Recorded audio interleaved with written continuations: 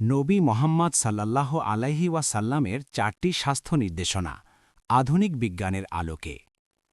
মানবজাতির জন্য নবী মোহাম্মদ সাল্লাল্লাহু আলাইহি ওয়াসাল্লাম ছিলেন কেবল একজন রাসূলই নন, বরং জীবনযাপনের সর্বোত্তম আদর্শ। তার দৈনন্দিন অভ্যাস ও নির্দেশনাগুলো শুধু আত্মিক কল্যাণই নয়, শারীরিক সুস্থতার ক্ষেত্রেও বিস্ময়করভাবে কার্যকর।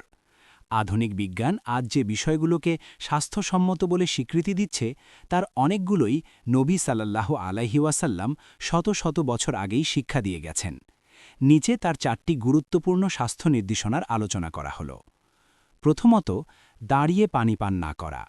হাদিসে এসেছে নবী সাল্লাল্লাহু আলাইহি ওয়াসাল্লাম বসে পানি পান করতেন এবং দাঁড়িয়ে পান করতে নিষেধ করেছেন। আধুনিক চিকিৎসা বিজ্ঞান বলে, দাঁড়িয়ে পানি পান করলে পানি দ্রুত পাকস্থলিতে প্রবেশ করে, ফলে কিডনি ও হজমতন্ত্রের ওপর চাপ পড়ে। বসে ধীরে পানি পান করলে তা শরীরে ভালোভাবে শোষিত হয় এবং পরিপাকক্রিয়া সুষ্ঠুভাবে সম্পন্ন হয়। দ্বিতীয়ত, গরম পানীয় ঠান্ডা করতে ফুঁ না দেওয়া। নবী সাল্লাল্লাহু আলাইহি ওয়াসাল্লাম গরম খাবার বা পানীয়তে ফুঁ দিতে নিষেধ করেছেন। বৈজ্ঞানিকভাবে দেখা যায়, ফুঁ দিলে মুখের কার্বন ডাই অক্সাইড ও জীবাণু পানীয়র সঙ্গে মিশে যায়, যা স্বাস্থ্যের জন্য ক্ষতিকর হতে পারে। বরং কিছুক্ষণ অপেক্ষা করে স্বাভাবিকভাবে ঠান্ডা করে পান করাই নিরাপদ। তৃতীয়ত, ভোরের আগে বা সকালে গোসল করা। ফজরের আগের সময় বা খুব সকালে গোসল করা শরীর ও মনকে সতেজ করে। আধুনিক গবেষণায় প্রমাণিত হয়েছে, সকালে গোসল করলে রক্ত সঞ্চালন উন্নত হয়, রোগ প্রতিরোধ ক্ষমতা বাড়ে এবং মানসিক চাপ কমে। এটি দিনের কাজের জন্য মানুষকে অধিক কর্মক্ষম করে তোলে। চতুর্থত, খাবার খাবার সময় লোকমার মাঝখানে পানি পান না করা।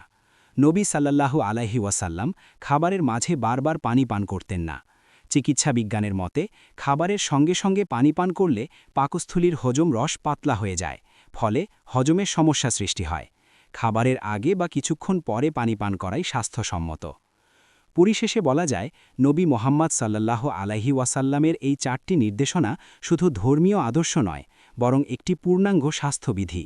যারা এই সুন্নতগুলো অনুসরণ করবে, তারা ইনশাআল্লাহ দীর্ঘদিন সুস্থ ও সবল জীবনযাপন করতে পারবে। আল্লাহ আমাদের সবাইকে তার প্রিয় নবীর দেখানো পথে চলার তাওফিক দিন। আমিন।